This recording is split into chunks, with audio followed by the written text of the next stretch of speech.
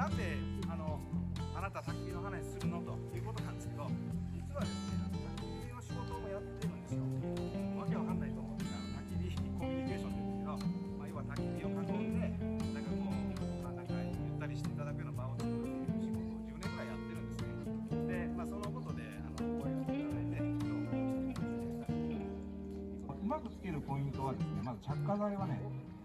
てんこ盛りするんですよ。大体初心者の人はね、